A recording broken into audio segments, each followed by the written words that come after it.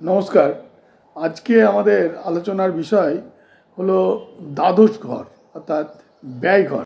বৈদিক জ্যোতিষশাস্ত্রে জন্মকুণ্ডলীর এই দ্বাদশ ঘর বা যে 12 হাউস তাকে আমরা ব্যয় ভাব বলি। মানে এটা হচ্ছে কুণ্ডলীর সর্বাপেক্ষা রহস্যময় এবং একটা আধ্যাত্মিক স্থান।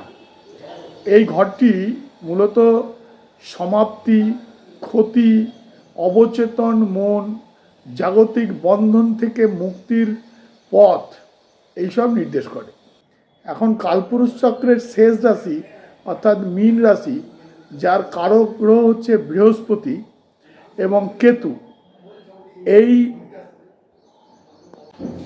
এই দ্বাদশ ঘরের মূল তাৎপর্য বিভিন্ন গ্রহের প্রভাব, অর্থাৎ এই ঘরে বিভিন্ন গ্রহরা থাকলে কি ফল লাভ হয় এবং শুভ এবং অশুভ এই ব্যাপার নিয়ে আমাদের আলোচনা হচ্ছে আজকের বিষয়। তো দ্বাদশ ঘরের মূল কারকতার মধ্যে প্রথমেই আসছে ক্ষতি এবং ব্যয়। সব ধরনের আর্থিক ক্ষতি, অতিরিক্ত খরচ, অপচয় এগুলো এই ঘর থেকে সাধারণত জানা যায়।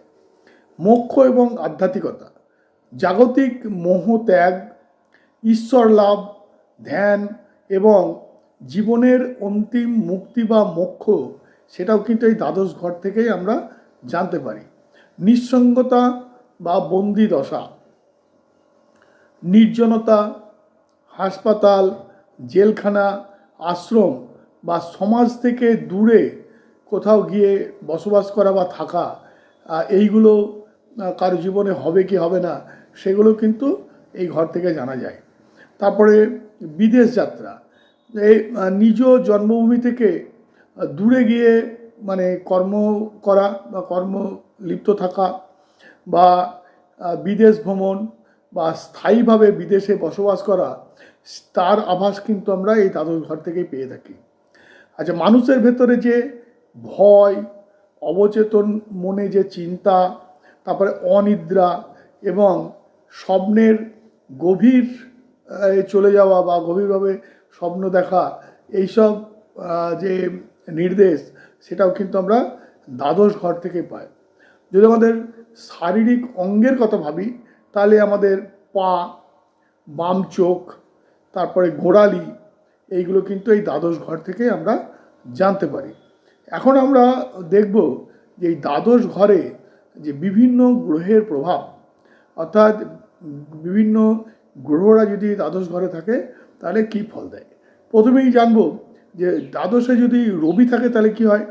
দ্বাদশে রবি থাকলে তার উচ্চ অন্তর্দৃষ্টির শক্তি থাকে, গভীর আত্ম উপলব্ধি শক্তি তার মধ্যে থাকে।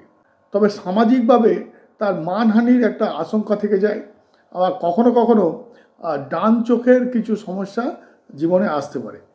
যদি দ্বাদশে চন্দ্র থাকে, দ্বাদশে চন্দ্র থাকলে আত্মমানবতার সেবা, অর্থাৎ সেবামূলক কাজের মধ্যে নিজেকে নিয়োজিত রাখা এবং প্রবল কল্পনা শক্তির বিকাশ কিন্তু এই চন্দ্র থাকলে হয়।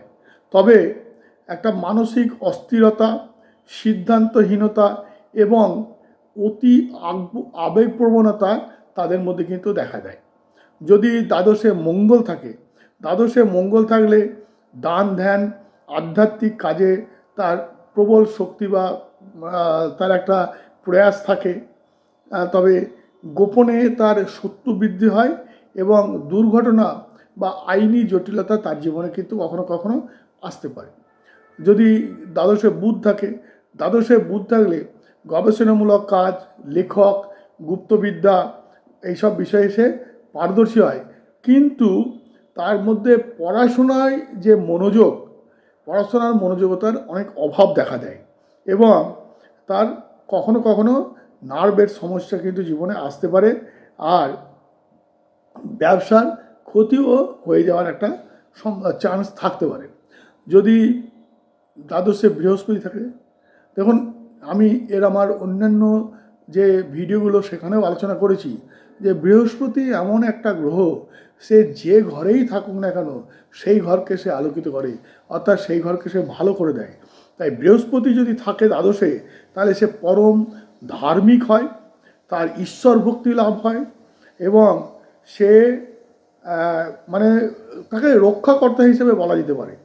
তবে অতিরিক্ত উদারতার কারণে কখনো কখনো তার অতিরিক্ত অপচয় হয়ে যায় এবং বাস্তববাদী তার চিন্তার একটু অভাব থেকে যায়। এবার দেখব যে দ্বাদশে শুক্র। দ্বাদশে শুক্র কিন্তু মানে শুক্র এমন একটা গ্রহ, সে দ্বাদশেও কিন্তু খুব ভালো ফল দেয়। তাই আমরা বলি যে দ্বাদশে যদি শুক্র থাকে তাহলে তার শয্যা সুখ ভালো হয়, সে বিলাসবহুল জীবনযাপন করে। শুক্রই একমাত্র গ্রহ যে জীবনে অতিরিক্ত ভোগ বিলাসিতা কিন্তু সে দেয়।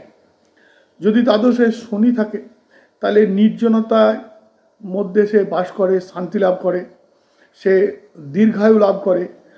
আর এদের মধ্যে একটা একাকিত্ব ভাব আসে এবং বিষণ্ণতা এবং দূরে গিয়ে বাস করা, এই সব। আর একটা জিনিস হয়, এদের কাজে একটু দেরি হয়, মানে বিলম্ব হয়। দ্বাদশে রাহু থাকলে বিদেশ যাত্রায় সে সফল হয়। জীবনে কিন্তু শয্যা সুখের অভাব হয়, হ্যাঁ, আর ঘুমের ব্যাঘাত তার ঘটতে পারে, আর মানসিক ভ্রম তার মধ্যে কিন্তু কাজ করে। যদি দ্বাদশে কেতু থাকলে সে মোক্ষ এবং আধ্যাত্মিকভাবে সর্বোচ্চ সীমায় পৌঁছায়, সর্বোচ্চ শিখরে পৌঁছায়, কিন্তু জাগতিক যে জীবন সেখান থেকে সে একটু দূরে, মানে মানুষ থেকে একটু ডিটাচ থাকে। তো এখন কথা হলো যে এই দ্বাদশ ঘর কি সবসময়ই অশুভ? কারণ আমরা তো 6, 8 এবং 12 অর্থাৎ ষষ্ঠ, অষ্টম এবং দ্বাদশ এই ঘরগুলোকে অশুভ ঘর হিসাবেই কিন্তু আমরা ধরে থাকি। কিন্তু এই দ্বাদশ ঘরে যদি কোনো শুভ গ্রহ অর্থাৎ বৃহস্পতি বা শুক্র অবস্থান করে তাহলে কিন্তু মানুষ সৎ, সত্যবাদী এবং মানুষের কাজে অর্থাৎ মানুষের মঙ্গলজনক কাজের মধ্যে লিপ্ত থাকা, মানুষের দানশীলতা, এইসব জিনিসগুলো তার মধ্যে কিন্তু এসে যায়। এবং আরেকটা জিনিস হয়, তাদের কিন্তু ভালো ঘুম হয়। আরেকটা কথা হলো, এই দ্বাদশ ঘরের অধিপতি নিজে যদি ষষ্ঠ বা অষ্টম ঘরে অবস্থান করে তাহলে কিন্তু একটা রাজযোগ তৈরি করে, এটাকে বলা হয় বিপরীত রাজযোগ। এবং সেক্ষেত্রে জীবনে সমস্ত ধরনের বাধা কাটিয়ে জাতক বা জাতিকা হঠাৎ করে উন্নতি করার একটা সম্ভাবনা তাদের মধ্যে কিন্তু থাকে। এবার আমরা জানবো যে দ্বাদশ ঘরের যদি ধরুন দ্বাদশ ঘরটা খারাপই আছে, তাকে আমরা ভালো করব কি করে, মানে শক্তিশালী করব কি করে, সেইটা করতে গেলে প্রথমেই আমাকে দেখতে হবে যে নিয়মিত জপ ধ্যান করতে হবে এবং তাতে আমাদের মানসিক যে অস্থিরতা এবং যে অনিদ্রা সেটা কিন্তু কেটে যাবে। তারপরে মাঝে মাঝে লোকালয় থেকে দূরে গিয়ে নিজে বসে ধ্যান করলে অনেকটা আত্মবিশ্লেষণ করার সুযোগ আসবে এবং সেক্ষেত্রে মানসিক শক্তি তার অনেকটা বাড়বে। আচ্ছা, প্রতিদিন ঘুমানোর আগে ইতিবাচক চিন্তা, ভালো ভালো চিন্তা করতে হবে যে আগামী দিনে কি করব এইগুলো। আর নিজের মধ্যে থেকে রাগকে দূরে রেখে, জীবনে তো এরকম হয় যে অনেক সময় অনেকের কথায়, অনেকের কাজে যদি তার পছন্দ না হয়, তার রাগ আসে, সেই রাগটা কিন্তু ভুলে যেতে হবে। আর নিজের শয্যা কক্ষ সবসময় পরিষ্কার পরিচ্ছন্ন রাখতে হবে, মানে সুগন্ধি দিয়ে তাকে ভরিয়ে রাখতে হবে। মানে শয্যা কক্ষকে মোটামুটি মানে খুব সুন্দর রাখতে হবে, যাতে বিছানার প্রতি তার একটা আকর্ষণ তৈরি হয়। আর অসহায় মানুষকে দান, বৃদ্ধাশ্রমে দান, যারা অভাবী তাদেরকে দান, এইগুলো, বা তাদেরকে খাবার দেওয়া বা তাদের চিকিৎসার খরচা দেওয়া, এইগুলো করলেও কিন্তু দ্বাদশ ঘর দুর্বল হলেও কিন্তু সে অনেকটা শক্তি পেয়ে যায়, সে সবল হয়ে যায়। তাছাড়া আর একটা জিনিস, যে কখনো কোনো নেশা করা যাবে না, মানে নেশা থেকে দূরে থাকতে হবে। আর বেআইনি বা কোনো গোপন কাজ এইগুলো থেকেও তাকে দূরে থাকতে হবে। তো এই সমস্ত অভ্যাসগুলো যদি আমরা নিজেরা করি, তাহলে যাদের দ্বাদশ ঘর দুর্বল রয়েছে তারা কিন্তু সেই দ্বাদশ ঘরের দুর্বলতা কাটিয়ে উঠতে পারবেন। তো এই আমরা মোটামুটি যে কয়েকটা দিন ধরে বিভিন্ন ঘর নিয়ে আমরা যে জন্মকুণ্ডলী যে 12টা ঘর, সেই ঘরগুলো নিয়ে আমরা আলোচনা করলাম। এরপর আমরা বিভিন্ন অন্য ধরনের আলোচনাতেও আসবো। তো যারা প্রত্যেকটা আলোচনা শুনতে চান তারা অবশ্যই আমাকে সাবস্ক্রাইব করবেন এবং লাইক করবেন, এবং যদি আপনাদের কিছু জানার থাকে নিশ্চয়ই জানাবেন। সবাই খুব ভালো থাকবেন।